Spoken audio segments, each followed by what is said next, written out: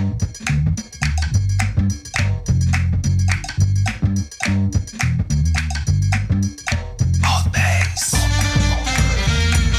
ALTBAYS. ALTBAYS.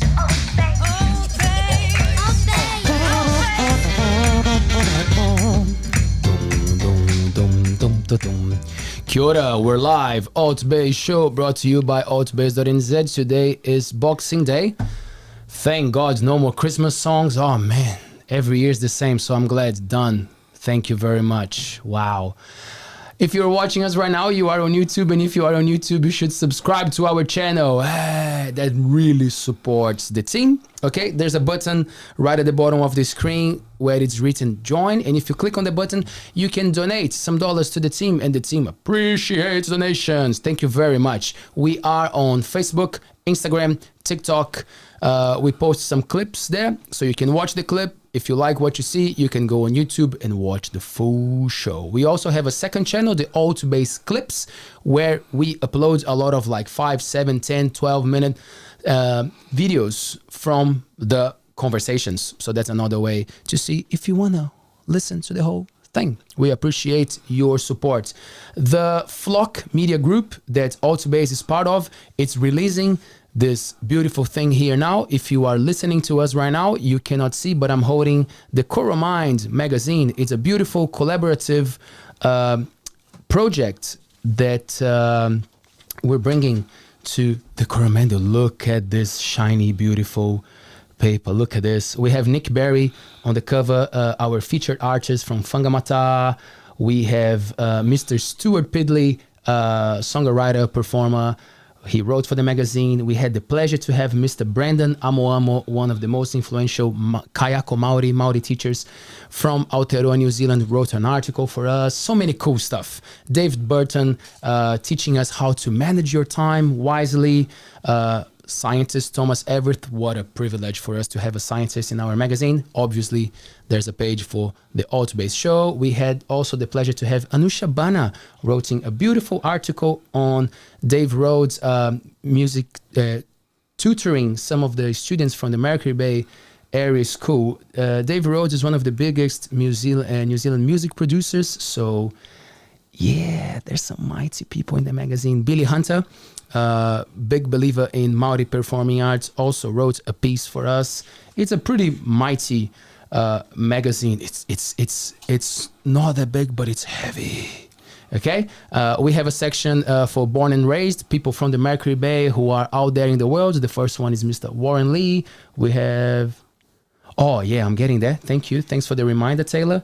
Ross Ramblings, some columns, they used to be part of the Seagull magazine and the Marama magazine. We're very appreciative for all the people from both magazines who are giving us a lot of support.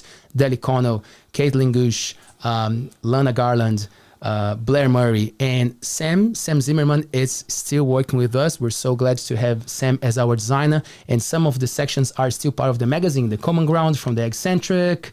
We have a page for local action, some of the kids doing some tricks and teaching us how to do them. Crosswords. Kiwis love crosswords. I noticed. A beautiful piece on sports written by Macy Costello. Throw it like a girl. And a recipe from our dear friend Tanya Arnold from the Lot of Love Plant-Based. I just said everything. You don't have to read anymore. No, I'm joking. We have an audio version. So if you're watching us, you see that the cover has this beautiful QR code. If you scan, it will take you to the audio version of the magazine. If you are not watching us, just go on coromand.nz. The website is a blog where you can read the whole magazine, and there's also an online version of the magazine that you can flip the page. We're so fancy, man. Motherfuckers. Ow! My man Nick is here with us tonight. How are you, my bro? Good, thank you, brother. Honored to be here, my bro. Thank you very much for inviting me here. It's so good to see you. Yeah, well done to you and the ALTBAYS team. Very easy doing it. Round of applause from me anyway. Thank you so much. We've been rehearsing your visit for a few months, and here we are. Yeah, I'm finally glad I get to be here too. So for the people who don't know Nick, every Friday nights when I finish the shows, I run to the Fitianga Hotel where karaoke is happening, and Mr. Nick and Katarina are hosting the karaoke for us there. How long have you been doing that for? Oh, only a couple of years, but I'll say about 5 now. Going on to that. Oh, I'll say, yeah. Doing our own gigs actually about 3. But yeah, say 5 years in the karaoke world. I call everyone, that's my new whāngai whānau. Nice, yes. So we're all adopted and we're all family, yes. Was it a good excuse to practice your own singing? You were like, I might as well make some money out of this. So it was different because when I came into it, I was into, so I was the... just come and sing Tupac and stuff. So, you know, and when you do Tupac at RSA or that, it's like, hey, no. But it was different. And, you know, I always tell everyone too, because I didn't realize how different is cool in the karaoke world. You know what I mean? Everyone sees singers, but when you see different, it's like, oh, wow, they acknowledge. I was like, oh, shucks, sorry, yeah, it's a little bit ho-ha, guys. But, you know, a lot of people know Tupac, so... Yes. Man, are there songs that you used to like and now you hate it because of karaoke? Oh. Because people ruin them. Now is the time. Cannot bullshit us at all. No, bro, honestly, I can listen to anything now. Because of that, I can listen to anything now. And so I don't mind. My you know, when we're working and stuff, I feel like if I can give that singer a concert setting, they're gonna enjoy it more, you know, and so that's how I see it and stuff. So when it comes to any song's all good as long as it's loud. Nice, true. I know that. In Auckland, is there a big scene like of karaoke? Are there many places running karaoke's? A lot of places running. So in Auckland, you can actually go from, you know, Sunday to Sunday at some places, you know, but some of the bars are like on Mondays and Tuesdays, it's behind the bar karaoke. So you got to ask, and sometimes the bar staff get hoa, you know, you're asking all the time, especially if you're not drinking. Yeah. Which is my case. I rock up and I'm like, these guys must hate me. I don't drink, but I just come for the singing. Like I said, here in Whitianga, you're all fun. Don't get me wrong, you know, but there's only a few talented gems and you're one of them, brother. Oh, thank you very much. I'll take that. Karaoke Shout out to Tony too. He's the man as well. Shout out to Tony. I was thinking about that to put on my CV, man. Karaoke gym. Yeah, but nah, straight up. And honestly, it's a vibe. You don't realize how much people get into it, and you know, and it can take you places. Because that's what I wanted to ask, because I see a lot of people going to karaoke's, being very shy, not keen to sing, but like you can tell that they're keen, and then you see people who are keen, they go for the fun, and then you see that group of motherfuckers who are going for it, like they're taking it seriously. Can you actually get some money out of it? Like, are there competitions? Yeah, there's a lot of competitions that go out. That's why, because, you know, and I tell everyone, why not free money? You were gonna do it anyway. But there's a group in Auckland that, you know, they've got their craft down to a T. So it's like, wow, cool. And there's a lot of them that be like, oh, those ones should retire. It's like, man, you fellas don't get sour. Just get better and beat them. It'll feel way more better. Do you feel like there are different ways to approach a karaoke competition, or like because a lot of people know how to sing? Yep. That doesn't mean that they're going to be great. Exactly. So how does it work? How does a karaoke competition work? I always tell everybody now that it doesn't matter how much the crowd loves you. Yeah. It's how much the judges love you. So that's the key. It's the judges. So if you can get them in your pocket, you've got it. And even if the crowd's not in your pocket, as long as they're there, you're going to get the money. They're the ones giving the money away. And so that's how I see it. Right. And so you target them. But also, there's a checklist what they're doing. You know, they've got what they're counting your score off. What do they usually count for? What do they go for? Every competition I've seen has been different. But I know majority of them have like performance, song choice, and costume, the crowd participation. There's a few stuff, but if you tick every box, you're just waiting for a placing. Yeah, man, brother. Oh, I have so much fun. For me, it's like a therapy. Oh, brother, honestly. And like I said, when we see you coming, it's like, yes, so cool. Someone who can sing. Not saying everyone else there that can't, because you all can sing, in my opinion. That's cool, man. I love it.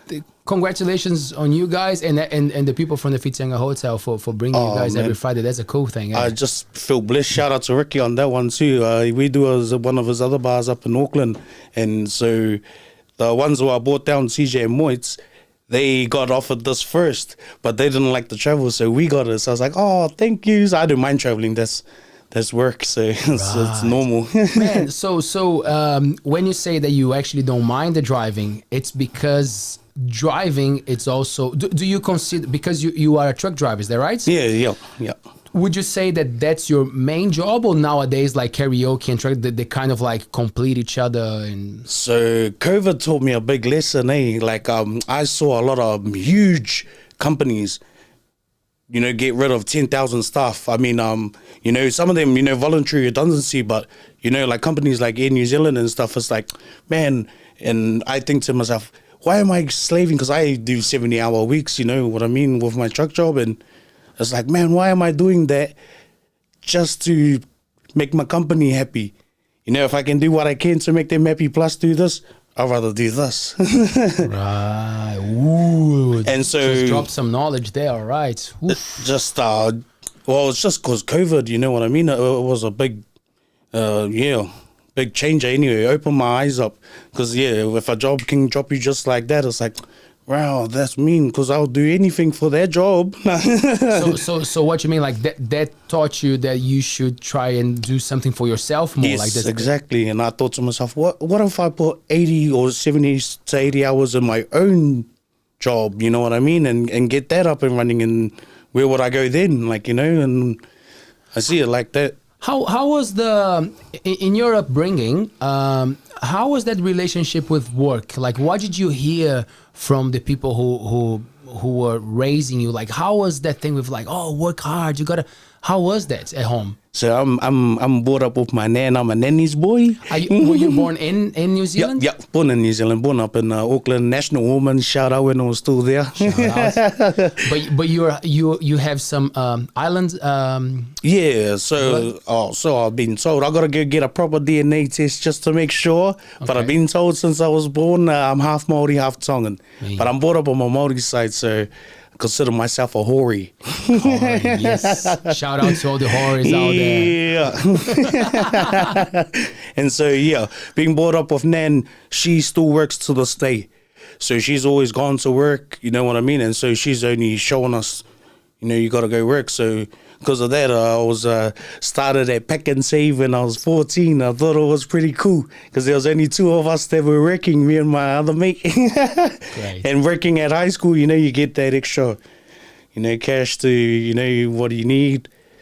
And that was always cool. But did you leave school like earlier? Was it something that you were like, nah, that's not for me, I'm going to go straight to really, a job? School was like guaranteed lunch, so I stayed. Yeah, good.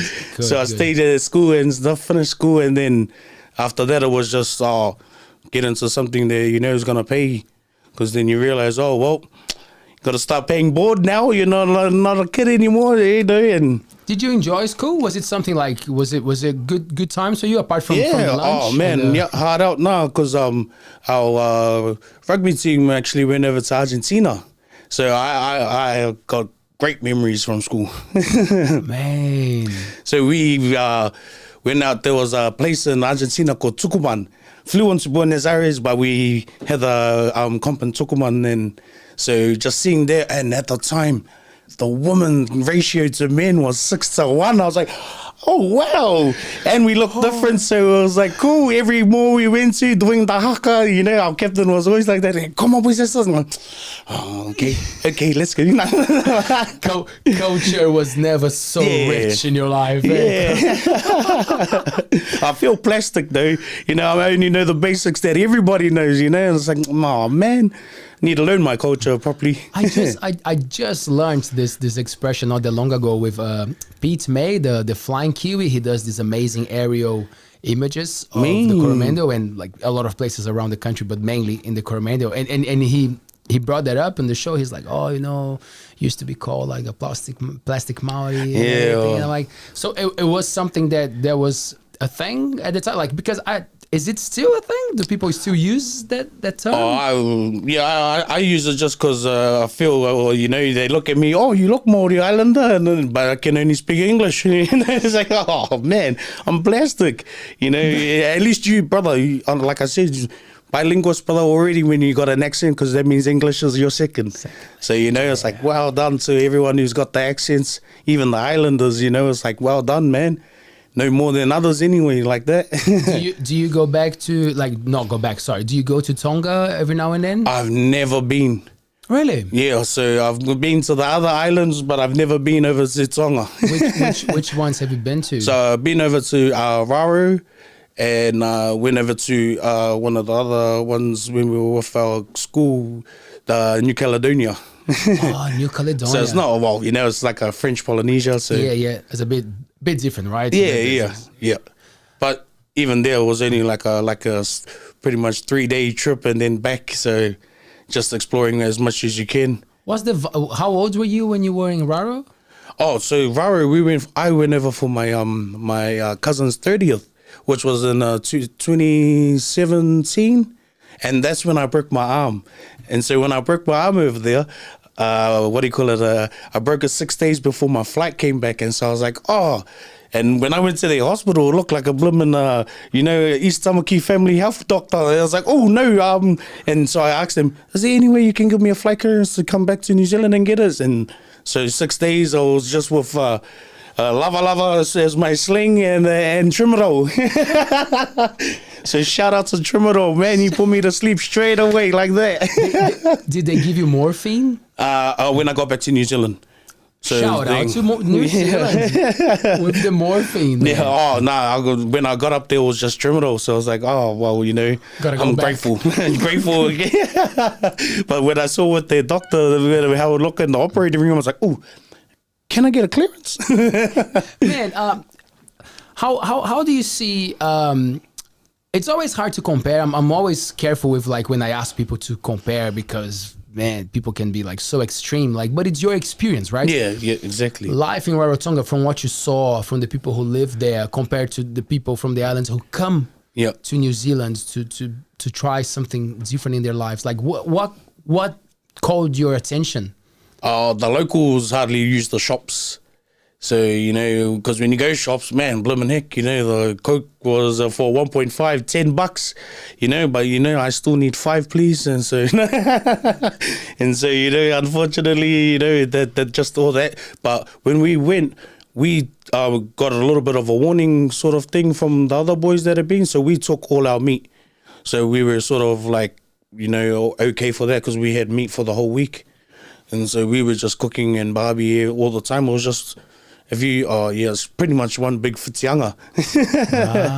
It's okay. So there's tourist attractions to do there and stuff, like the buggies and the ships and that. So I advise to do it because it's an awesome experience.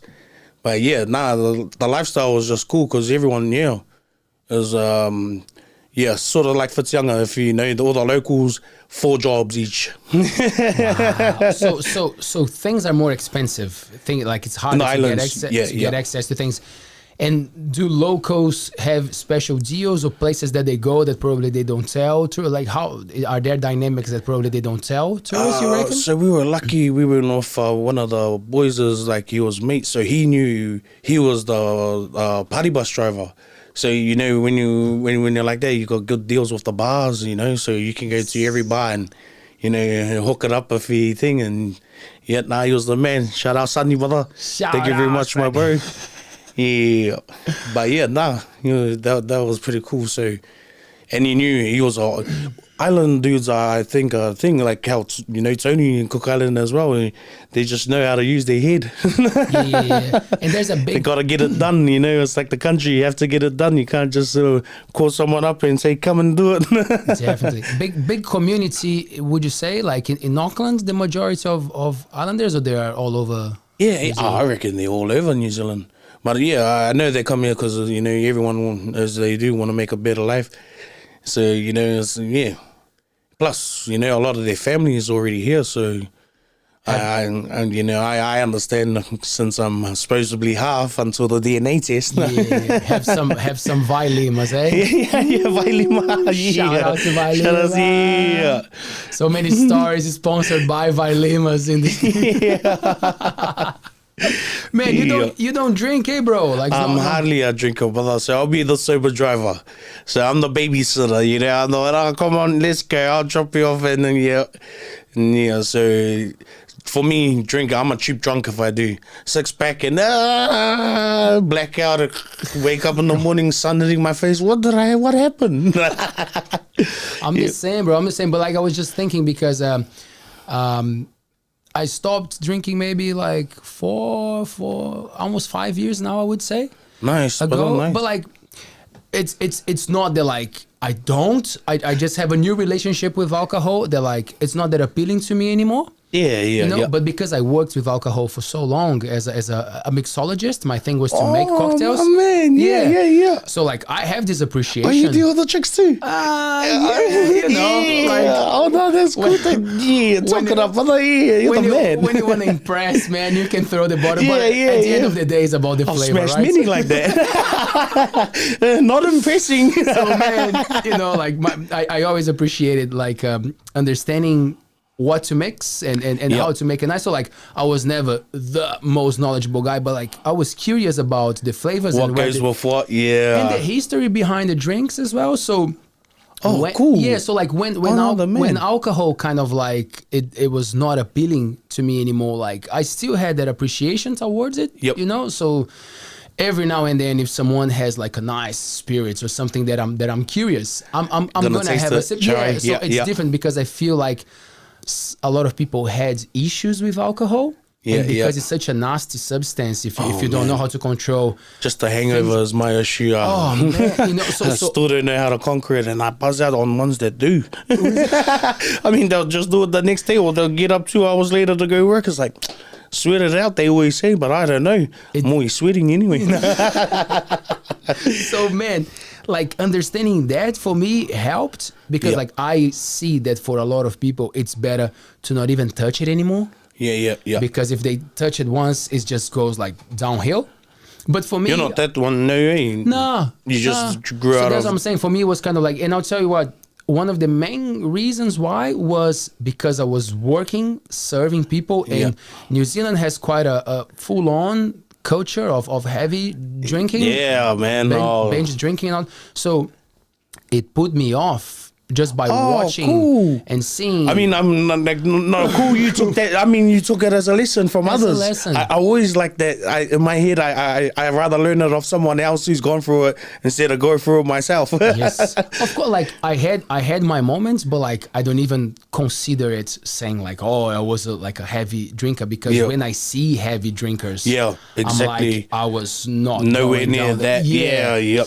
But it was, in a way, it was good because I was watching and I was I'm already crazy enough. Yeah, that's how I see it too. It's nice to I get need something just to calm me down, not to make me more crazy. But where I was going with this was like, how is it for you, like to be in that realm? Because you're working, you're doing the nightlife, you know, like a big part of what you do, it's you know, like it's fueled in a way by alcohol, especially when you're trying to get someone to sing a song or something like the social lubricants or whatever. So like how is that for you, like to watch people and to be in those environments? Oh man, you see those TikTok trends where they do the before and after? I get to see the whole thing play out. But like I understand it's different everywhere you go. You know, here everyone buys behind the bar, you know what I mean? In Auckland, most of them are drinking in their cars before they come in, you know, so they're already half cut. And so it's already, you know, depending on, you know, I know a lot come out just for karaoke at times as well. So when it's like that, it's like, everyone, depending how rich they are on that week. Yes. But to be around it, I have patience. I can have patience because in my head I'm thinking, you know, you know, it's my job to be patient and, you know, to understand if they're too drunk, I'll tell them, oh, you know, hold on, I'm just doing this. And they understand because I'll cut them off. You know what I mean? And you're fucking huge. Fuck, people don't respect that. Come on. Nah. Wait a minute. I'm a teddy bear, everybody. Just a teddy bear, you guys. But man, I pay attention to that. And one thing that we were talking about before the show was like how crazy it is to see someone sometimes dropping $100. Oh man, honestly, especially here. Shout out to all the drinkers there, man. That, you know, everyone in Whitianga is fun, and you know, when you're having fun, you don't realize how much, you know, thing. And they're dancing with two new, and you see they're full, and then they come on the stage, bsh, you know, glasses are smashed. They just want to get away from the smashed glass, I think, so they go buy another two. And I was like, man, do that 5 times in a night. Well done, you just spilled $100. But thank you. You made it look cool. Man, are there things that you've seen that you were like, wow? Because I'll tell you what, like, I love the singing. I go for the karaoke. I love you guys. But I'm from São Paulo. São Paulo is a huge city in Brazil. You used to have Carnival. Cosmopolitan Carnival. Oh, yeah. So, like, that's way better. Oh, man, like, you know. You get a whole celebration and a whole parade for it, and it's like... Yeah, and it's the kind of place that you can find that every day if you know where to go. Like, there's always a cool party, you know? Yep. So, like, that's the cool thing about big cities. Like, there's that's always right. something going on. Yep. So, like, coming to Whitianga, the first maybe 2-3 years, they were challenging because, like, I was depressed. So quiet. I was loving summer because a lot of tourists and people from other parts of the world, and I was learning. But like, I had that crave. I was like, oh, why? Why is not happening? But then, like I told you about too, like wherever you go, there you are. I started to have that acceptance of like, man, I gotta make the best out of it. And then I realized that those not too full bars, they provide the best entertainment ever. Yeah, man, honestly. Like you see some stuff that you don't believe it. You're like, that dude just... Did he do that? Yeah. Whoa! And then like, so I watch. Yeah. It's like my therapy because like we're doing so much work here in the studio. Yep. That when I go on those shout out to you too, brother. Well Thanks, done, brother. And you following the journey, so I appreciate that. Yeah, man. it's cool. Ever since I met you, it's like cool. We're launching this and to see it grow out to this now, brother. Well done, bro. You shout out to the whole big team as well, brothers. Yes, thank you. Sisters, well done. Watching things unfold, it's so entertaining for me. Oh man, that's it. And you can call it too, you know, especially when you see something happen, my wife will come up and be, because I don't really watch the crowd as, you know, unless there's something going on where you have to, in case something's going to go down, like I'm either just focused on trying to listen to the sound or listen to the thing. But then you see ones that walk past and be like, oh, these two look like they're going to get together. And then the night plays out. Oh, yeah, I told you they were. Great. Oh, man, especially when you go, like you said, there's some people, you know, the quiet bars are the best talent. You get some, I've been into one there was a guy playing a guitar and drum. You know what I mean? And to see that's talent. And I was like, I can't even play one, let alone two at the same time. Like, wow. And you get to sing on top. Like, very well done. That's a gift. No. You know, and I appreciate that. Thank you. That's a new one I get to see. Man, so for you, driving to Whitianga is not much of a big deal because driving is a big part of your life. Yeah. So doing truck driving with my job, Tom Ryan, we contract out to other companies. And so where I was at was with Moana side. And so a lot of people don't like going up to Mongonui. It's, you know, especially in a truck, and that's, you know, limited. We can only go 90 Ks, 95 at the most on the downhill. And so, you know, you're driving that slow, you're going to take a while. So it takes four and a half hours to get up there. So, how many hours are you allowed to drive per week? Is that something? Yeah, so it's 70, maxed out at 70. You're supposed to, that's law. And then every 5.5, you got to have your break. How long? 5.5 hours. I'm sorry, half an hour break. Half an hour break. Yeah, have to stop. Have to stop and have a half an hour. Now it's all, you know, e-road is the new thing, and you go sign, they can see, you know, if you don't or anything, and And then our company gets, the message back saying that the driver wasn't. So, you get in trouble like that. So it's better off not, you might as well just pull up. How do you get paid? Like, is it an hour thing or it's? Yeah, I'm like, paid hourly. Wages, yeah? Yep, wages. So like, is there any pressure? So for example, like, man, you got to make it in this 5 hours. Or no, it's more because of what you're carrying. It's more because of what people are expecting you to deliver. Yeah, so there are pressures like that where they want to overload you and stuff. And we have had a few drivers overloaded. That's why they got the side at the truck stops where you can the weigh bridges. And so we've had to go up, take another truck and some workers to flick the bins into the other truck and then drive back down. But it's just the waiting for them to get up because this driver got caught up in Whangarei. And so you got to wait from Auckland to Whangarei to get up, then come back. And so by that time, you might have run out of your hours. And so another driver has to come up off them as well and take the truck while you're, just going back. Man, I did a little bit of research just to wrap my head around what's going on. And then I come across like the top articles in New Zealand about trucking. The first one was a shortage. Oh yeah, right now everyone's looking, but the only thing is, they also testing too, so you got to be clean as well. And with the shortage, there's a lot of shout out to the prison system too, because they're putting everyone through their class, their licenses and stuff, and so they're coming straight out into a trucking job, which is good for them because it's making them, change their lifestyle as well. Because a few of the boys are like that, and it's like, man, well done, you've really turned your life around, bro. From hearing their story of what they were up to and stuff, so it's like, mean. So yeah, and then the shortage, man, I advise everyone, take use of our government, guys. Go jump on the benefit and get it for free. Right, because I saw that the government is also providing like a trainee kind of thing. Yep. So they've always done every depending your area has got a course where you can upskill your license. And so I took advantage of it when I was in my teens on the Benny, and so I was grateful that at that time out of high school.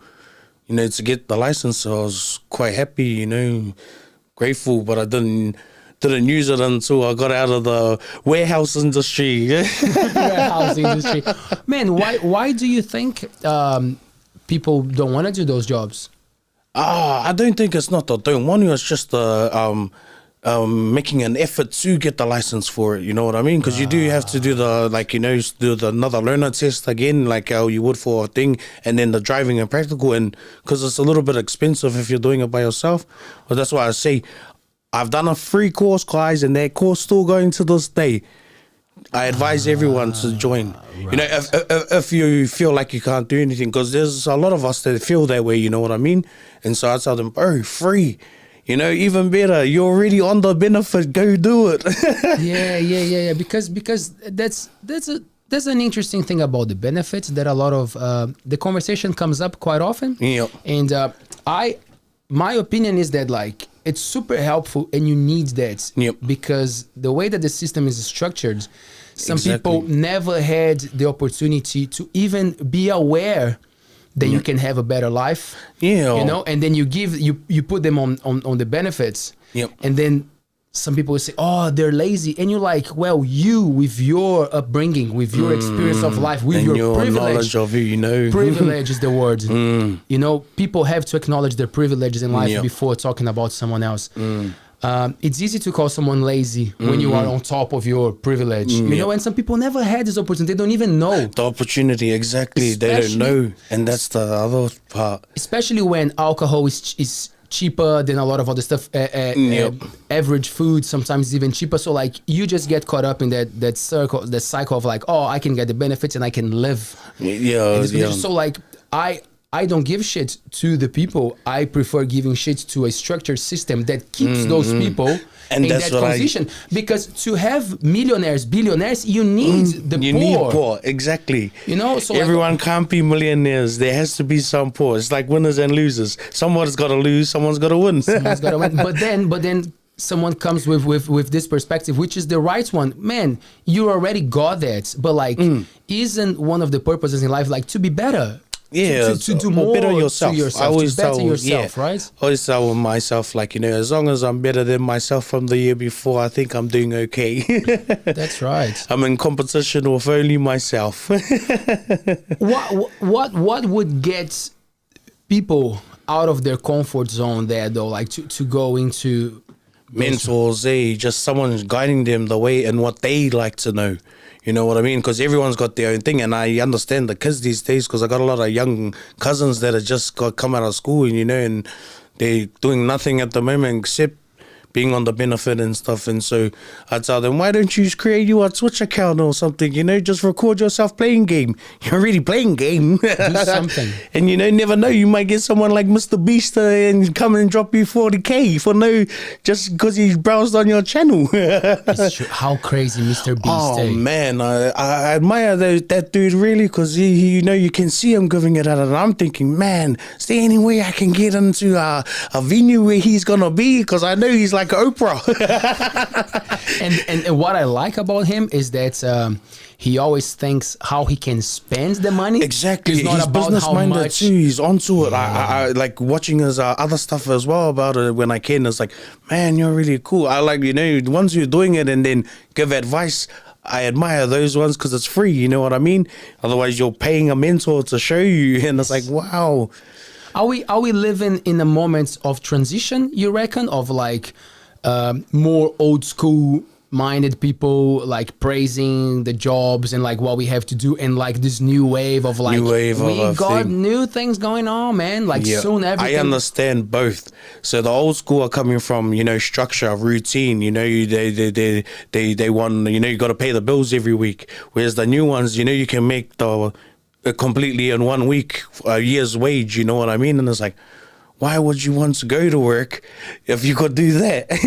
That's right. And so, you know, it's making it more comfortable, but at the same time, like you was just saying in life, you know, we need farmers, you know, everyone can't be the tech billionaire doing all this, or, you know, gaming pod or online and stuff and do that and you know, just order from the drive-through. Yeah. I wonder how much will be automated though. Oh, true. Oh. Not in a way that we won't need people anymore, but in a way that like the idea of work will be restructured. I think we are on that path. I don't know if we're going to be alive by then. Well, I see COVID giving us you know, how you're saying it like that. Like COVID taught us a big lesson too. Like it's keeping, I feel, keeping everybody in the system, you know, because with the job losses, and if you didn't take the vaccine, you lost your job on top, you had to depend on the system. You know what I mean? Because otherwise, how are you going to survive unless you're, you know one with the land and know how to hunt and gather? But most of the ones that did don't. Man, we don't want to drop names or anything, but like your group, like the people close to you, your community, how affected were they by these conditions from the government at the time? Yeah. Oh well. Each case is a case, right? Each case by case, man. And I tell everyone that just because I took it, you know, it was like, realize, guys, it was your entitlement. Nobody, you didn't need to beg anybody. They rang me when I was, you know, had caught COVID at that time and asked what I needed.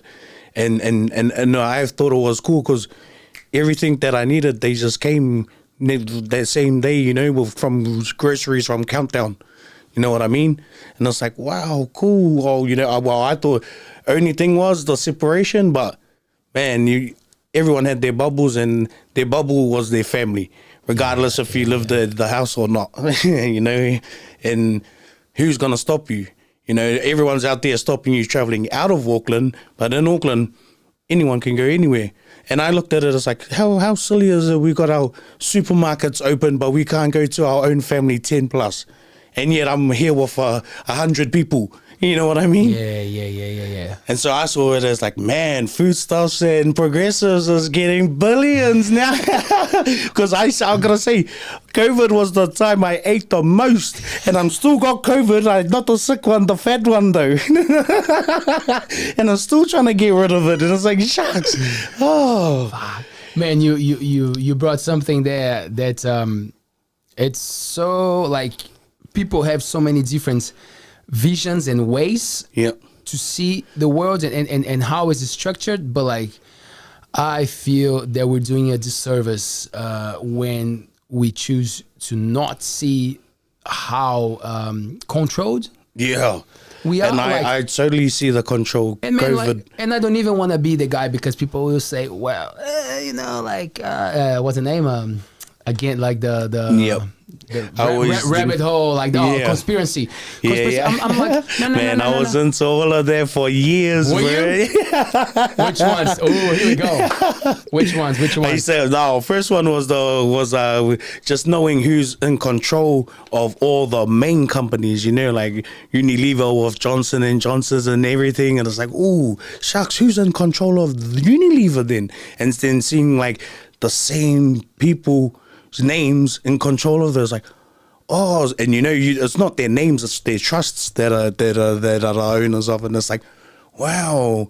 And you know, I used to get into it hard out and then find out, yeah, it is the world bankers and stuff that are really in control.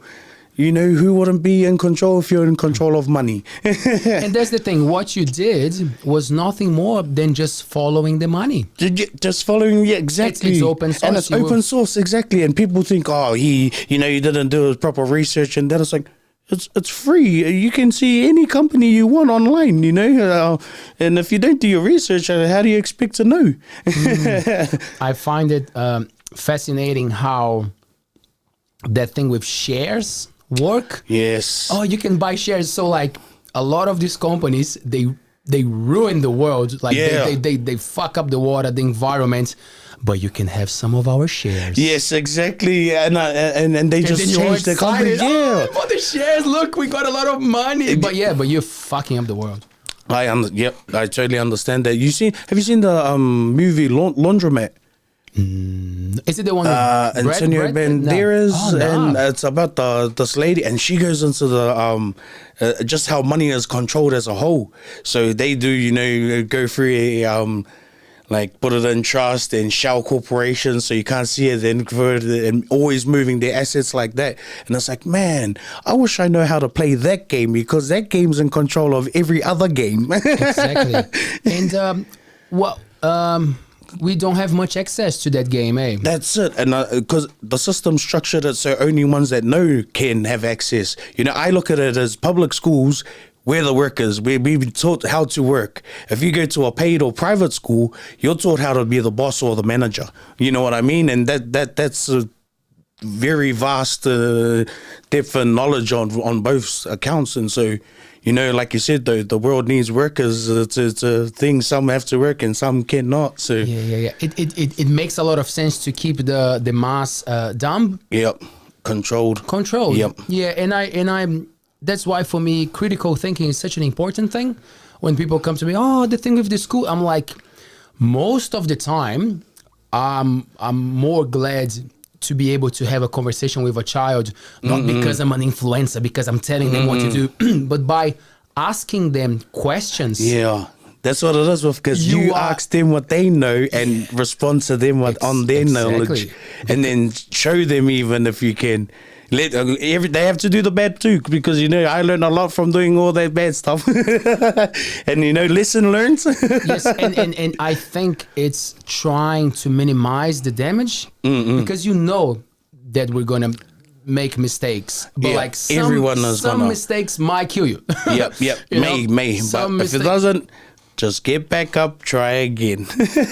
Was your upbringing with, like, in schools and your mates, like, was it rough in some moment? It was because being brought up with Nan, her youngest child here, my uncle, he was the rough one for us. He did it for everybody. Did it for the whole family. So everyone in the hood is all good. And so, you know, they knew who our house was because of him, and so, you know, it was. you know, I gotta say it was pretty cool because he earned a lot of respect. He was the gangster for the family. Like, you know, I'm the peacemaker. If anything, I always try, you know, guys, don't worry, it's okay. Calm down. There's no reason to react like that. You can control your reactions. You can't control anyone else, though. Oh man, look at this guy. You should come every show here with us. Oh, that's how I see it, because I used to be like that too. It wasn't until I met my wife and then I started realizing, like, yeah, I can control my reaction, but I can't control that person. You know what I mean? So it's like, so is it even worth reacting? You know, knowing that person's that way. You know what I mean? It's not like it's something new. So when I see that, it's like, but every situation is play by play. You know what I mean? So how did you guys meet? Oh, shucks. So my cousin was going with her niece at the time. And so when they went to a party, then, hey, hello. How are you? Nah, but, you know, yeah. And I got to say, you know, she's, and for me, most important thing for me in a relationship is loyalty, trust, and communication. You know, those three will hold any relationship, you know, as long as you can do those three. And I'm an open book, you know, I can talk to anybody. It's the same, and I'll say what on my mind to her. So when we see girls, you know, especially around there now, wow, summertime, babe, look. Yeah, man. I love this approach to life, because the way that I see relationships is that if you're gonna put yourself into that situation, you might as well be keen to evolve, to become a better person. And I feel like a lot of us, unfortunately, we get into relationships because we're trying to fill a void, but that void has to be filled for ours, and we have to sort it out first. Otherwise you create this expectation baggage for the next. You might end up hurting people without even realizing. Yeah, exactly. And then it's always easier to blame the other. No one wins in the blame game, guys. You both got to just talk it out and listen to each other. That's the key. You got to let them talk and listen, and then you can talk and listen. Yes. Then you can find the understanding. Otherwise, man, honestly, the amount of you know, every couple ups and downs, man. There's no, you know, to me, no perfect couple. You know, every couple has held each other by the neck at one point. But that's real love. But they're like, it's the same thing. But that applies to anything in life, right? Because like that's right. Even mistakes, or like when you fail, like.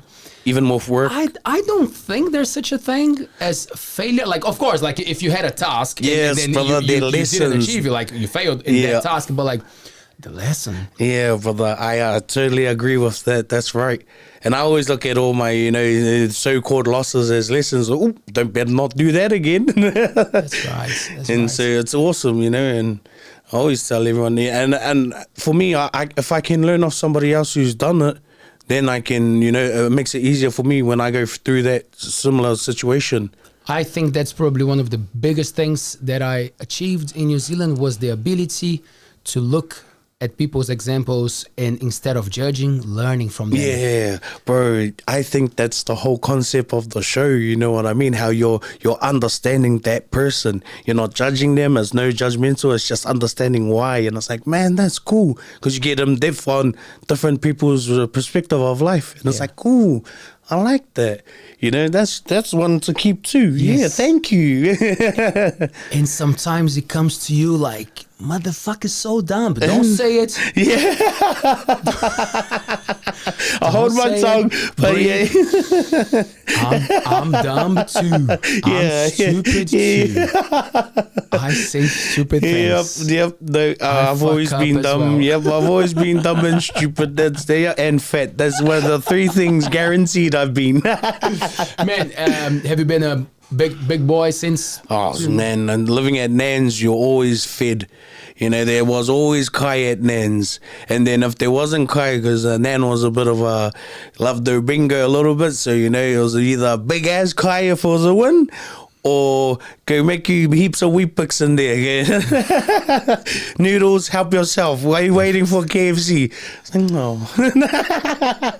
Man, isn't it interesting how like those foods become staples for a lot of families in New Zealand? Yeah, like yeah, I know every household I know always has bread, noodles, milk, sugar, and potatoes. Well, they're accessible, right? It's like cheap, and they can feed, big. You know what I mean? Especially with bread, you can fill up on bread and on anything. I mean, when there was heaps of us and not much of a thing, used to make thin slices and a whole loaf of bread and have a whole one bowl. And that was it. Oh, Man. that was, yeah. But that was just because it was what was affordable at the time. Man, my max was 120 kgs. Oh, man. Yeah, I was a big kid. Oh, shucks. Yeah, man. Oh, those are like my goal numbers to reach. Well done, brother. I think, wow.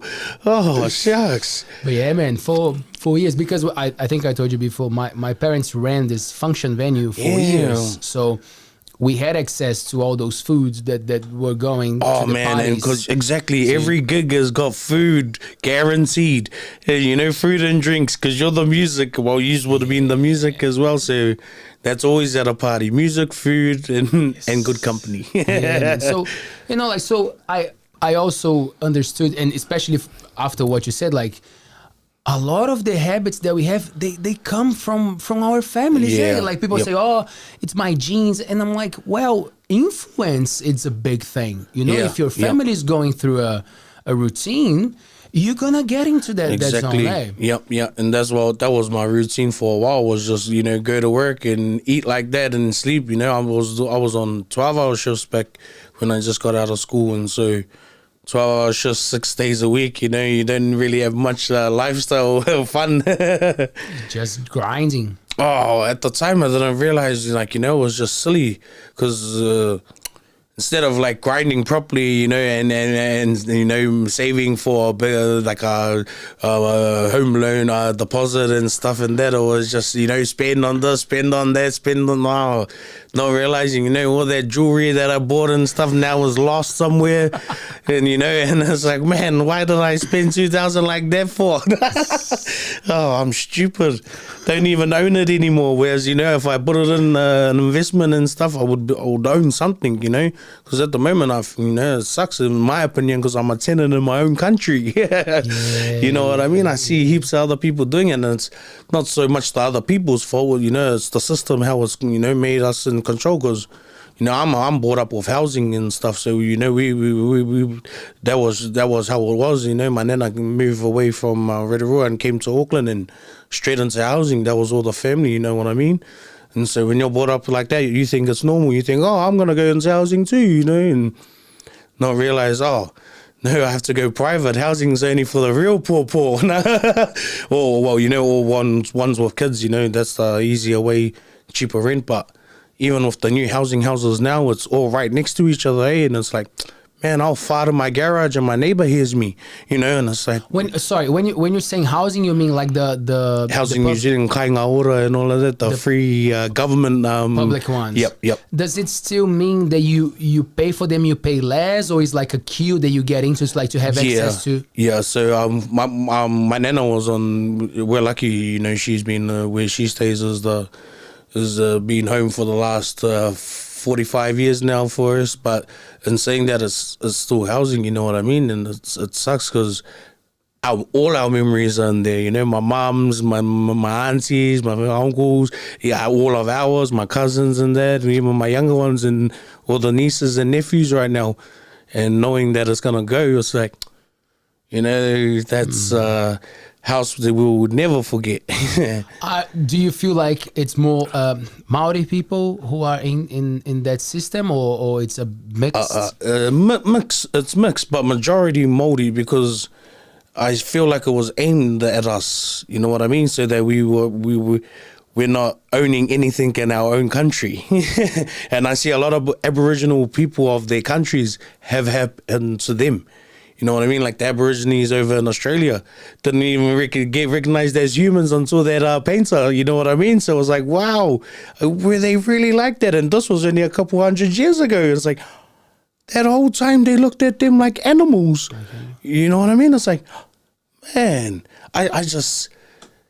I can understand how they can think like that, but it's just hard to understand it. And heart-wise, like, you shouldn't treat any other human being like that. You know, we're all one race, human. Unless you're alien, can I come meet you? Do you feel like it's changing, or you feel like it's a bit of makeup and racism is still alive? Yeah, makeup, but still keeping the same system. You know what I mean? Like, I always see like the presidents and stuff. I was like, nah, they had to, otherwise I was gonna create a war. They were on the verge of war in America. They had to put Obama in. But if you saw what Obama was doing, was the same as what all the other presidents were doing. You know, just with a colored face. And it's like, and saying it, you know. But at the same time, world politics, you know. It can play on your head, you know, and you realize who's all in business together, and you know, it's like, man, how are these certain groups of people owning the world? You know what I mean? And especially with the one world government they want to bring in and all that, it's like, well, are they gonna make it happen because they're already in the process? One thing that calls a lot of my attention in New Zealand is when people talk about co-governance. You know, like having the power divided into Pakeha and Maori. But I always feel like, I don't want to speak like out of ignorance, but it feels like if you do that, if you're not careful, you're gonna get the worst out of the Maoris that you could have. You know, like, so then they start to feel like, oh, now we have to act like the Pakehas, and then now you're fucking up your own people now. Exactly, and that's what's happening right now. I see a lot of people on the trusts, on like, you know, for land meetings and stuff, and you get that feeling from them, like, you know, they're too good to talk to you, but because they're a part of the chairman meeting, you know what I mean? And I think like, like I was saying, there's a trust that, you know, that all the Māoris have to go to first to get funding from them. And they keep control of the money. And I realized that they weren't even a real Māori-owned trust. They're owned by, you know, investors that just gave it a Māori name. You know what I mean? It's similar to what they're doing with Oranga Tamariki. You know, that's not any association to do with Māoris. Only the kids in there, you know what I mean? The ones who own it are all investors, and they're not Māori investors either. You know what I mean? And it's like, I see now how the system keeps us controlled. They put us in groups that they already own, you know, that's their group, but they give it a Māori name so that it makes it inviting for us to go to. Yes. You know what I mean? And it's like, oh man, how can they, you know? And then the ones in charge of the trust, their head gets, it runs to their head because they see all this money and they're in control of it. Then they start separating themselves from the whānau, you know what I mean? And then they're spending the trust money for their own selves. And, you know, and we had I seen an article on one of the Morrison family members down there, and she did like 1.5 million from the trust. And the whānau say, it's okay. But I understand because it was from the government, but that's 1.5 mil that could have went towards the whānau instead of her own self. You know what I mean? And because it was for the trust. And so I see that it's already happening. It divides them, you know, and it sucks because there's like 4 or 5 different families in their trust, and one is in control. You know what I mean? And when you're in control of the money, everyone just has to listen. Otherwise, they were not getting any money. Exactly. And so, what you just said is already happening. And it sucks even more because, you know, the ones that are in charge, you expect them to help the family. You know, instead of spending it for their own selves, why don't you create our own banks? You know, if we need loans, can we come to you instead of going to the bank so no interest? You know what I mean? And even if we fall through on a mortgage, that's your house. You can still sell it and get the money back. Yes. But it's just trying to convince the heads of the trust to get on board. Man, there's these 2 guys doing a company, a power company. Hey, what's their name, Taylor? Can you Google it, see if you can find it? I would love to tell their names because I tried to reach out to bring them to the show. So bringing ownership, like to Maori people, to their power. I think it's something the power is an ownership. Power company owned by one is a blonde fella, he's a Pakeha, and the other one is a Maori with a mustache, and they make the price the same as any other company. So if you call them and you say this is how much we're paying, but I don't know if there's an amount or like there's something that always goes back. To the whānaus, like to the, you know, like they have their dividends. But it's a smart way, like, because they're small. Yeah, exactly. They're trying to bring people together. They're not a massive company. Oh no, but we got the best deals. Like you know, no. We are small, but we are trying to bring you guys family. To understand what's happening and how it's operating. Yes. So the answer most of the time is in the community, eh? Yes, and that's it. But also at the same time, it's the community board that's gonna be the final answer. You know what I mean? We can say to them what we want, but it's up to their board. And when their board is in charge, they've already changed. They see the money, and that amount of money, you know, can change anybody. You know what I mean? You know, you don't need to live the lifestyle you once did. You know, and when it's like that, it's like, man, I just feel so gutted, and I can't say nothing really because my mum and my nana are still here, so they're the, you know, ones that have to say it. Whereas with my wife, you know, she's next in line, and I know that's why I'm, you know, getting into all of this, because it's real. And you go to the country, every Māori knows who owns what part of the land. Wow, and you know, and it's normal down there. Whereas up in the city, where we, you know, up in Auckland, no one's worried about the land. Everyone's worried about their job and paying their bills. You know, and that's the difference in the lifestyles. You know, and it just sucks when it's like that, because you can't convince the other one who's in charge. Like I said, they're gonna do them. You know what I mean? Just like how someone, you know, and sometimes their heart is different as well. You know.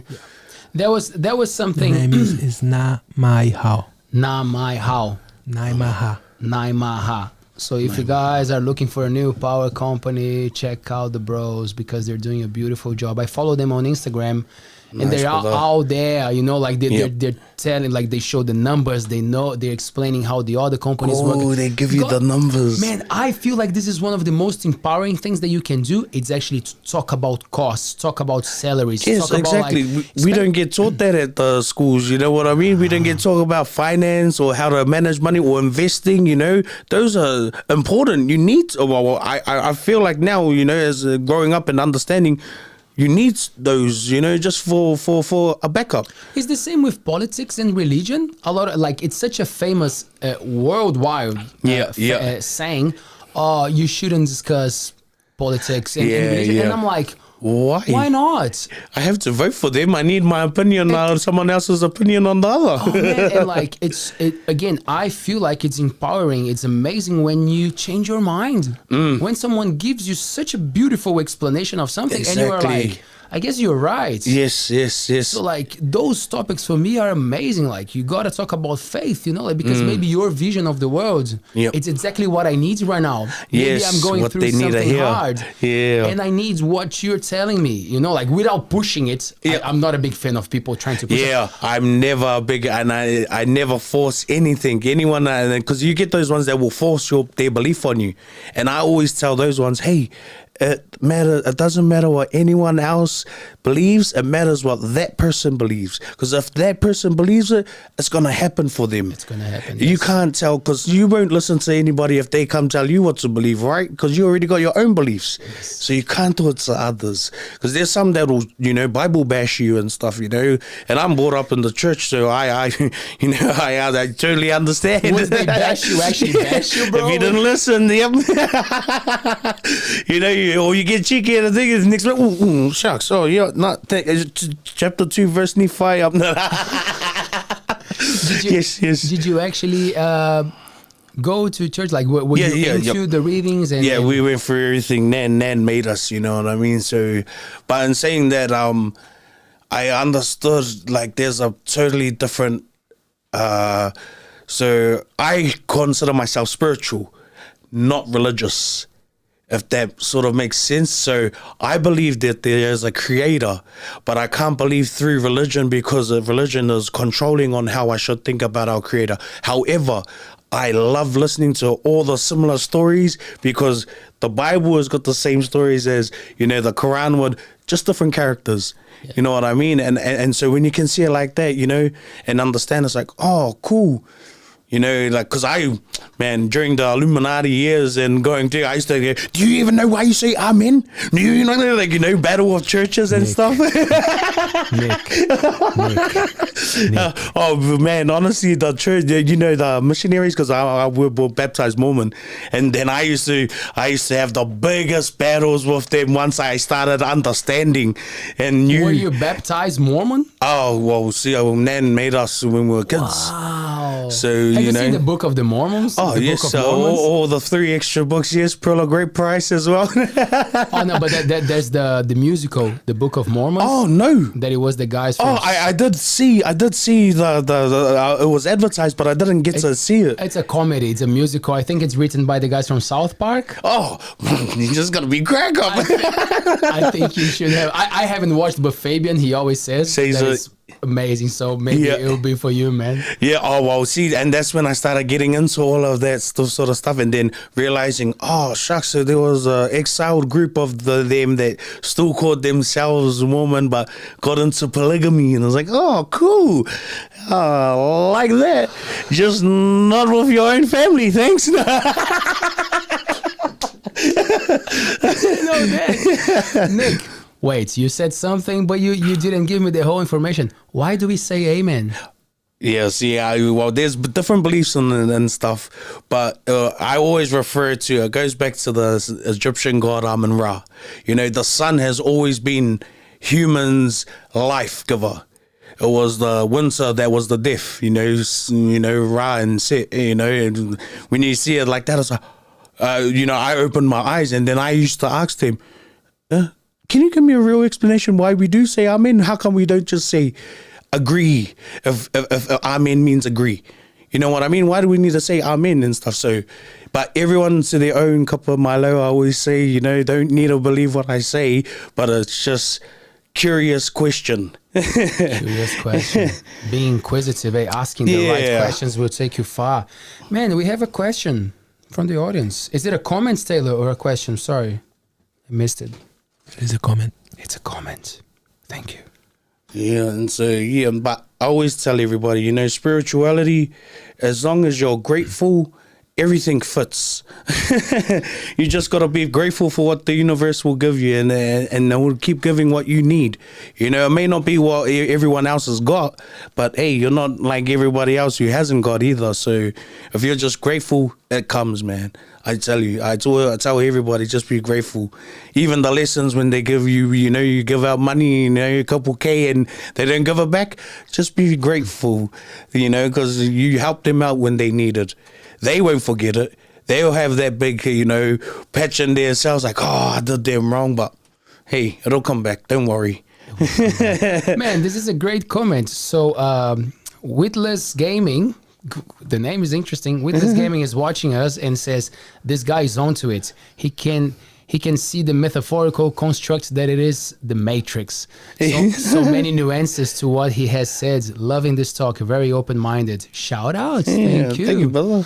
Yeah, and as we were saying before, I think it's such an important thing to be open-minded, right? Yes, yes. Especially listening to the people you don't agree with. That's why this show has been so empowering. Just understand why they don't agree. You know what I mean? That's it's like I say, any relationship, communication is key. And if you can see why they're disagreeing, then you can understand, you know, because I like to find out why they're disagreeing and then see if I can work around it. If not, oh, well, they just disagreed. Yes. And that will also teach us when it's time to let go of some people. That's it. Because we don't have to put up with everyone and love it. Like loving everyone is a beautiful thing to do for yourself. It's good for yourself to not hate. But like you don't have to. Don't need no hate. But like spending time and having people close to you, like it's an option, right? Yeah, and I always tell people, you know, sometimes, you know, it's better spending time with people than money or gifts, you know, because time is way more better than any present can give. You know what I mean? No, I feel that way anyway. Just through losing, you know, my mother-in-law and stuff, you know, I realized, shucks, the time we have left with my father-in-law and my nan and dad. I got to make the most of it, you know. And it's cool too because you know it's karaoke and every song has held memories, you know what I mean? And so whenever I hear any song, you know, I always think of somebody who sings it, or, you know, especially for my nana. Oh, nice, man. I'm Nanny's boy, you know, so, you know, she's the only one that didn't leave me. So, yeah, I got her back until, you know, I'm carrying her on my back. Nice. Are there songs or things for you that like really take you back to places and you feel a bit like, ooh, that one, and then someone else heaps. For this? Yeah, heaps of crying ones too. Give us some. I don't know, they don't look like I cry, but there's heaps of songs that do make us like, you know, it's like, man, remember that song? Yep. But, you know, yeah, it's all good memories. Well, don't get caught in it too, guys. Don't get caught in the past. Can't control it anymore. Don't worry about the future. Can only worry about now. Be in the moment. That's where you live. We're gonna have to bring Nick back to be a co-host. Hey, man, that's what we're gonna do, man. Oh, but thank you very much for the invitation, bro. Do you listen to podcasts? Hardly. I only got into it because it started yours, and I gotta say, to be honest, ALTBAYS was the first one I started getting into, and then I started realizing, what are the top podcasts, and seeing it, like, Oh, Joe Rogan. And man, Joe Rogan has got he's another insight. I like him as well. You know, I don't watch full podcasts though. Like I said, I like doing the clips. Yeah, the clips get like, ooh. And then it makes me want to go, where did they write that episode? And see what the full conversation was about it. Because then I'm just like, oh, cool. Oh, nah. And he gets good guests on there all the time, you know. Well, bro. You get great guests though. Oh man, but man, like Joe Rogan is like the godfather, right? He's been doing it for years, and the format that he chose, it's very appealing to people. You know? Like that's why we try to do it here. You know, like it's much more of a conversation than actually an interview, and that's why. It's like we don't have bad shows. I don't accept that when people say, "Oh, that was not very nice." I'm like, "Well, that's your opinion." Yeah, you know, like doesn't mean that it was a bad show, but like. Some people don't understand the format. They're expecting a Q&A. Yeah, or a sort of a hidden agenda in which way they want to take it. And that's what I mean with yours, brother. It's just flow. You know what I mean? It's like, oh, cool. He just lets it flow like water. Yeah, another Bruce Lee. I like that, my bro. Yeah, cool. It's more like we were saying, authentic. Yeah, it's natural. Exactly. It's natural. Yeah, right? You don't need I gotta remember. I gotta say this and I'll say that because I didn't. You know, it's like nah. Truth comes out easy. It does, bro. It's natural. If it's not the truth, you know, you stutter then. Man, I started saying something and then we see that's the beauty of conversations that just go to every direction. But the second thing that I read about the truck drivers was that now there are more women doing the work and they're trying to bring... Exactly. And I always tell them, man, especially when they're driving class 5 ones too, I think, wow, that's quite sexy, ladies. So seeing a little lady pull out of a big class 5 truck, like, woo, truck and trailer. so a class 5 is like it's truck a truck that carries... Yeah. And then 4 is just the big trucks, and then no one really gets 3, it's just 2. Well, man, I'm so ignorant about this, so please teach me. What is the biggest thing you can drive in New Zealand? Like how big, how heavy? I'm not too sure, to be me personally, or that can be driven. In general, but like what I think it would be one of those digger ones, the digger machines, but those are in the mines. No, that's the biggest vehicle I know of, because the tires, you know, 5 times of me just height-wise.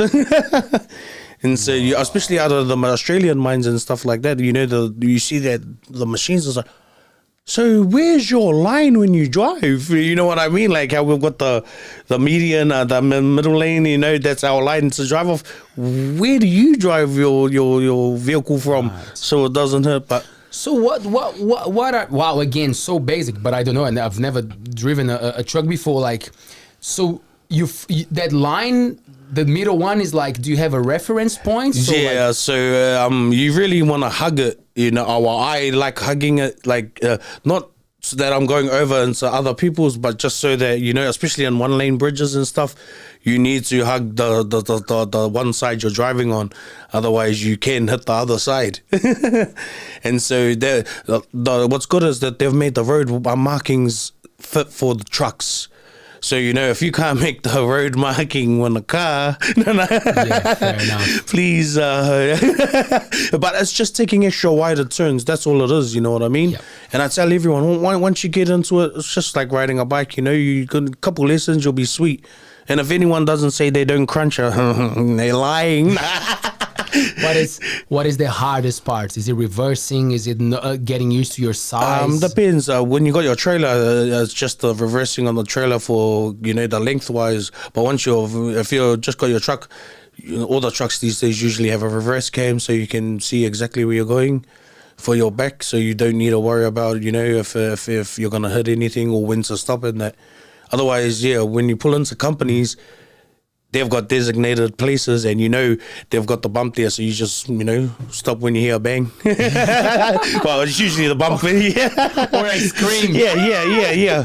And I always say, oh, which one is the cheaper car to hit? Nah. Man, so shout out to the ladies. Oh, man, shout out, especially class 5 ones, man. Honestly, looks cool. Always tell my wife that too. Is it physically demanding? Because, like, I remember when I was a child, old school, like in Brazil, like guys saying that it was actually hard because it would shake and you didn't have the hydraulic. If you have no power steering, oh man, you're having a good time, all right? You just gotta. Right. But I always tell everyone, you're the truck. You know, don't worry. The other cars, if they want, they can overtake you. You know, just like how you would if you were driving and you saw a truck. Don't worry, you are the truck. You just take your time. As long as you keep your, you know, indicators or, you know, making sure that people know where you're going, then you're fine. And then as long as you know, even if you do it at mini speed so that they can see you, then they'll stop. You know, quick wave, you know, and usually they're not mad. I wouldn't know the words in English, but we call rebite in Portuguese. That it's a well, I think it's a drug. It's something that it must be like high caffeine pills or something, but that's so common practice in truck drivers. I see. To stay awake. I would believe that New Zealand with the regulations is less of a problem for people to stay awake. Our job was always testing, so you can't no drugs and stuff in the system. But like not even a drug. It's just like a very high. Okay. I think it's similar to what Nodos is here. Then they've got Nodos in the gas stations where it's supposed to keep you awake and stuff. I don't know, because usually. To get used to the trips, long travels, you know, it's something you got to get used to. It's not something you can get straight away. So when I used to travel up north, I would have stopping points. So, you know, even though my 4.5 hours is not now, I'm going to stop here, half an hour power nap. And sometimes all you need is half an hour, you know, 20 minutes. Yes. And you're back up and it's like, you know, second wind. And, you know, that's all you need at times. And I always tell everyone, just pull over, 20-minute nap. It does wonders. You don't realize how much wonders, you know, especially if you're long haul. You know what I mean? I always advise driver, but I know most of the long haul drivers now, you know, they're the same ones, you know. Like I said, there's a few of us that only like taking the Monganui trip, and, you know, I don't mind it. Yeah, I quite enjoy it. Yeah. Do you drive? Do you take live cattle? Like livestock is the word, right? So I'm contracted out to at the moment is for Moana. So they kill all the fish on in the bow and stuff. So when it comes, I just collect the fish bins that they come in. And so all I do is at the back of my truck is a little swinger, a high arm. And so I send down the cord, pick up, you know, 6 at a time. Then I have to push them into our truck and load it that way. Have you done any livestock before? Have you taken? Not cows or for my own personal. Oh yeah, pigs and cow, but I don't take it on a truck. It's on it's just in the back of a trailer. Because they're massive, like those ones that take livestock professionally, like they're massive trucks. Yeah. Those. When you do livestock like that, the smell on it, because it's live, you know, and you can't tell the animals when to go and not go. Sure. And so the smell on it is but. Yeah, as for livestock myself, I'm just in the back of the trailer, as you know, usually where everyone fits in it. Fair enough. And Man, what are the plans for 2023, New Year's Eve? What are you guys up to? What's happening? Just be grateful and just enjoy the show. Nice. Oh man, honestly, like, you know, I especially because I'm getting into karaoke. Like I said, when we went over to Raro, I broke my arm, and so when I was breaking my arm, I was on ACC for a whole year, and so during that year, man, it's so boring. You know, it was just imagine COVID, but with everything still open. Yeah. You know, and it sucks. So, you know, I was like, oh, well, I might as well go out. And so we got into karaoke then, and man, just the people you meet in there, and it's awesome. Cause even took you to America. yeah, so I was just grateful on that one too. So yeah, that was just an awesome come to be a part of and be honest to. And plus, at the same time, the team who was going over to America, we also did a lot of fundraisings, like batten ups and stuff as well. So we did a lot of batten up thing just to get the extras, you know, so we didn't need to worry when we were over there. And the experience, man, I tell you, even though you think, go if you can, but our country is, you know, compared to their, beautiful. Yeah, and well, you know, in Auckland it's getting quite common, but over there they just carry their guns in their side on them, you know, and it's concealed. But just to still see it, it's like, you know, I always think in my head, oh, that guy's got the power to end life right on his hip, you know, and I think, wow, and they all have guns, so you know. You don't know what to say to everyone out there because they don't know how they react. So all I say is, oh, if they came at me with a gun, nah, bro, you're the man. Whatever you want, you're the man. Yeah. It's probably one of the most upsetting laws, in my opinion. You know, like allowing people, as you said, to carry the ability to just end up life. Like, oh man, you know, you never know who you come across either. You know, because there's a lot of, you know, especially like you're saying, big cities, big countries. You know, the different people react different as well. And so, you know, you never know, the person might be, you know, on something they're testing, you know, a new chemist is testing. And before TikTok gives me shit, I know that some police will do a bad job as well. Before you say, police carry guns as well. Yeah. But like, we gotta... Oh, you know, like I said, the emergency services, and the only song made about... you know, about any emergency services, about the police. You never hear anything about the ambulance or the fire engine, so you know something's going up there. You know, but yeah, and saying that, you know, every cops, I guess, you know, judging on that day too, they could be having a bad day and they can take it out on somebody, you know, that the law deems fit to take it out on. But yeah, man, I told because I've been here for almost 10 years now, and I could say that I was not giving too much attention to the news, especially when I moved to Whitianga. I chose to be oblivious. I chose to change my life and pay attention to what was happening here, instead of tapping into like the either world, global, or national. However, the more you stay in a place, you start to understand the place, so you start to keep up with what's happening. And I saw an increase on the news regarding violence and all those things. And I was talking to a friend, and he was like, oh, but this is something that like, it's always been out there in New Zealand. And I was like, okay, cool. It's always been anywhere in the world. Everywhere, yeah. But I feel like it's escalating. It's escalating because all the 501 deportees coming from the other countries, you know, and we're getting quite a surge from Australia. They're sending off over all the ones, you know, all the deportees, the ones that they don't like, back to New Zealand. And, you know, those ones are brought up in Australia. They know the Australian way. They come back here. They're bringing their guns back here with them. You know what I mean? Because they've got those connects there. And that's why you're seeing a lot of Australian gangs coming into New Zealand, you know, with the Comancheros and Rebels. There's plenty up in Auckland. Right. And, you know, a lot of shootings going down in Auckland too. And it's over, you know, for tat stuff. It's like, man. But that's life. And unfortunately, that's what they're used to. You know, and now the young ones that they're getting under their belt, I mean, you know, their prospects have to get used to that way now too. Because, you know, if you don't have one now these days, you know, you're the only one without one. Man, I'm not here to put you in an uncomfortable position, but like, would you have a take on something that could be a good way out of gangs and like getting kids to deviate from there? Because I see it. I always say this, and people are like, but here's not Brazil. But like a lot of the times, people find a safe place in gangs. You know, like they find group, they find connection. That's why they go for that. Yep. And I understand that it's different, but connection is something that humans need anyway. Yes, there's a thing. That's right.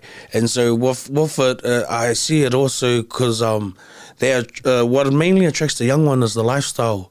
You know what I mean? Then especially when you're being brought up broke, and you see that if you can go join them and do their work, you're not going to slave in a company for 80 hours when you can do one job with them and get the same pay.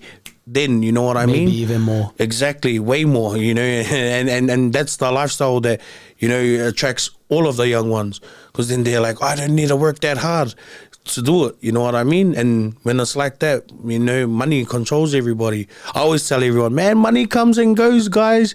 It doesn't matter. You could be a billionaire. That billionaire's still gonna die as well.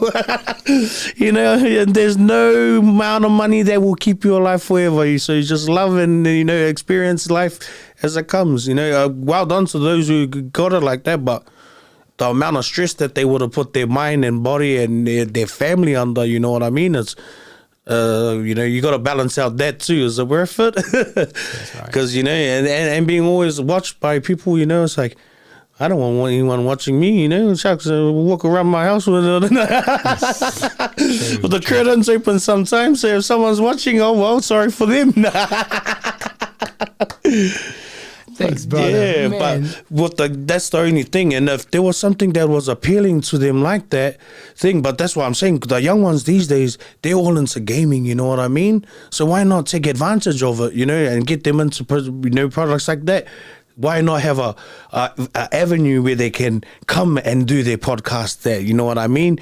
Like their gaming podcast to make it, if they make it, boom, then they'll, give a call and then do it from their home now because they've made it. You know what I mean? That's right. But everyone to their own. It's just, because, with kids, there's a lot of, regulations you have to go through to work with them as well. So, and saying that, but like that's the thing. And when you're brought up with a lifestyle where when you just see the gangs and stuff, it's normal to you. You know what I mean? So, when you don't see anything else, you think that's normal. And it's like, oh, I gotta go that way because, otherwise how I'm gonna make money, how I'm gonna live. You only know what you know. Right? Exactly. That's right. And not until somebody, can come guide you in the right way, and then those ones, man, always keep them and remember them and thank them. That's right. Man, what a cool show, brother. Because of what? Tell me.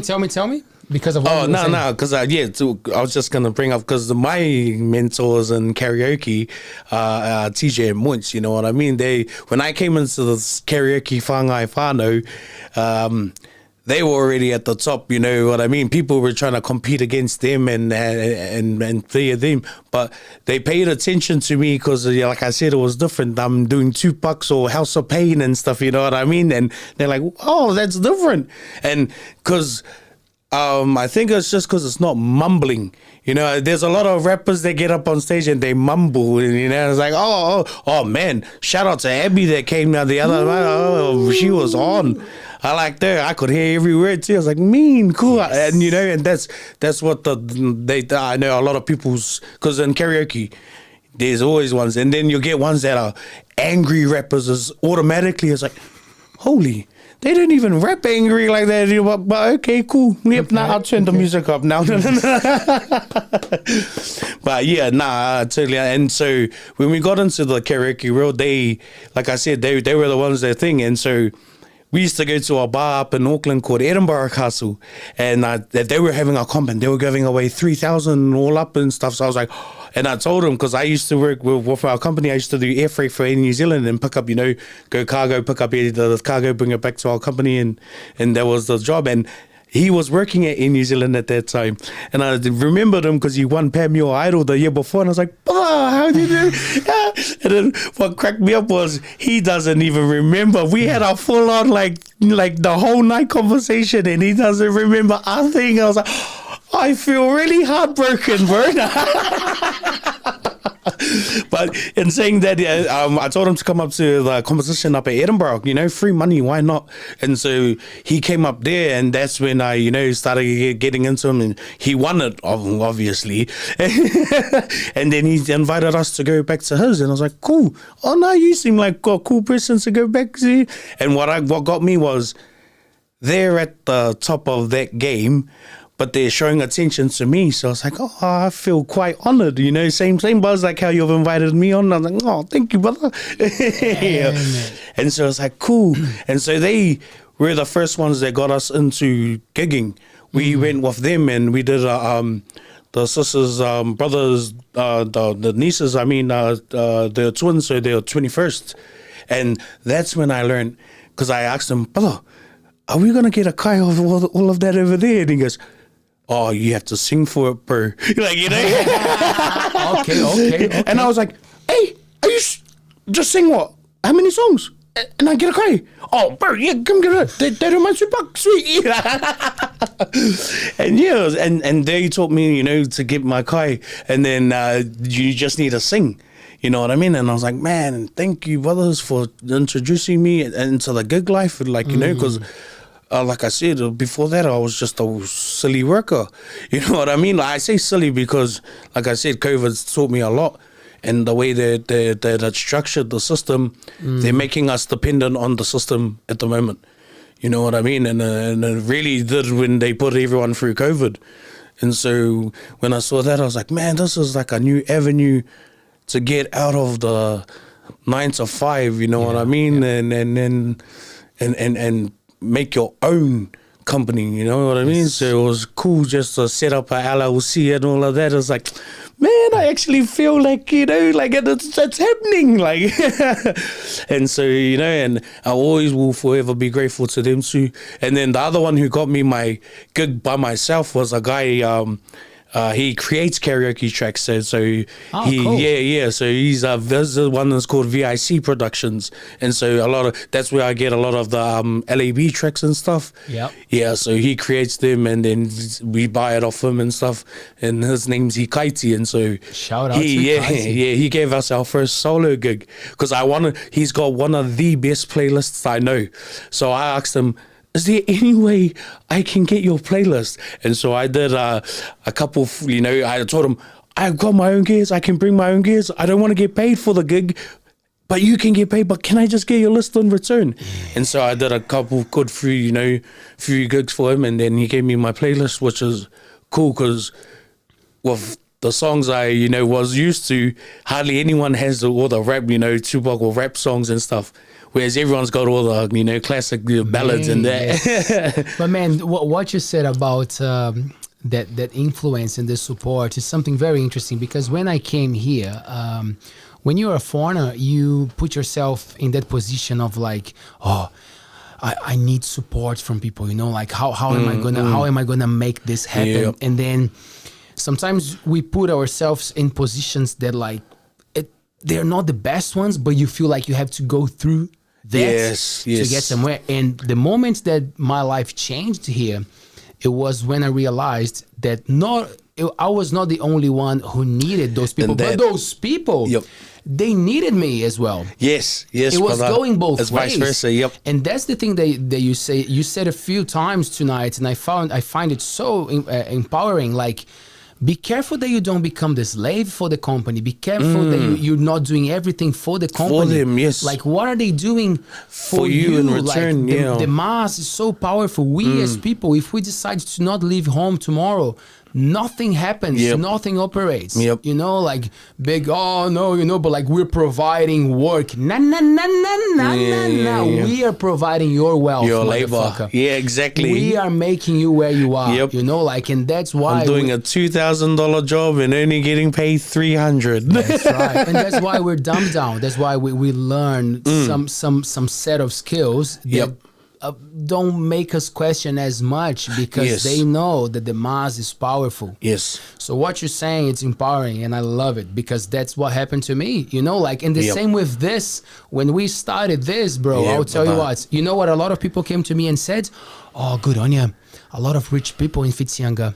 You're gonna get a lot of support. And still waiting for their support, you fellas. However, but grateful to the ones who have given it. But I'll tell you what. We are doing a lot of cool things, and we heard a few times the opposite. People saying, "Thank you for giving me the space." Oh, really? Are you offering me to come and talk? Or are you offering me to come and write? And I totally understand. And then suddenly I'm like, wait. So instead of expecting something from people, wait, I'm actually providing something to people. That changes your mindset. Yeah, hard out. Well, and like, because I see I've been sort of semi-negative life. When you have no parents, you get mocked up big time as a kid. You know what I mean? But when you got Nan, you're all good. And so I understand. Life is ups and downs. But it's how you perceive it. You know what I mean? If you look at it, even negatives, if you look at it like a lesson and you're happy, it's going to be a good loss. You know what I mean? If you take a negative as a loss, of course you're going to feel all the feelings that come off a real loss like that. But if you look at it in a happy way, you just look at it as a lesson, you know what I mean? And it's easier to go through life like that as a lesson, instead of banging yourself about all the down and stuff. It's like, man, I've already done that. When you think down, it only makes you think more down. You know what I mean? And I always tell everyone, if you ever feel down, there's one sound you can make that even though no matter how angry or you are, it should at least change your mind. And that sound is... And I tell everyone that, you know what I mean? If you ever feel like that, just do that. It sounds stupid, but man, honestly, it changes your mind quite a lot. And I've got to do that lately. Sorry, babe. That couldn't be a better way to finish this show. Thank you so much. Thank you very much, brother. That was one of the biggest lessons in my life. I'm going to remember forever. Man, thank you so much. Thank you, brother, for the invitation. First of all, all ALTBAYS teams, Taylor, brother. Taylor, sorry if I get your name wrong, my bro. No, it's awesome. I appreciate that. And thanks for putting up with all my screaming and all my trials. Like I said, you're one of the gems here, my bro, so it's not screaming. You're awesome, brother. We'll bring you back. No, if I've got time and I can, I'll definitely be back. You know what we should do? I'm thinking these guys that you were mentioning, like the big boys from the karaoke. I told them that Let's bring them, and then you come as a co-host. Yes. Oh, yeah? Even cooler. Bro, I'll go with whatever you do, brother. Flow like water, man. Let's make it happen. Thank you so much, my bro. Thank you, brothers. Thank you to the ALTBAYS team too. Have a lovely 2023. And I'm going to bring my parents to the karaoke. Awesome, my brother. Happy New Year, guys. And for you guys watching us, we're not going to stop. We're live every Monday, Wednesday, and Friday. If it rains, if it shines, whatever, 2022, 2023, we're going, man. We're rolling, motherfuckers. Make sure to check Coromandel.nz. You can listen to the magazine and you can read online. It will be distributed in the whole Coromandel, Waihi, Thames, Great Barrier Island, and Pairoa. And our friend Nick is taking to Auckland as well, because why not? Okay, so I'll see you guys on Wednesday for another beautiful show. Peace. Awesome, my brother. Thank you very much, my bro.